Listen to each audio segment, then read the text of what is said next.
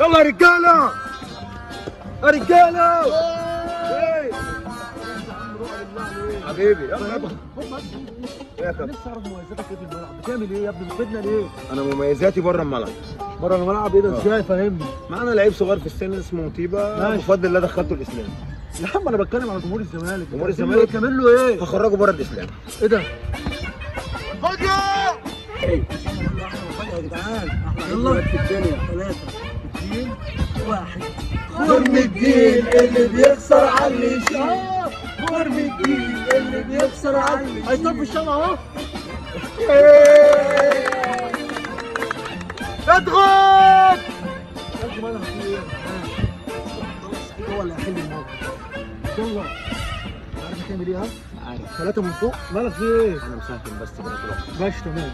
نضغط من فوق وانت هتمشي الناس. يلا هلا.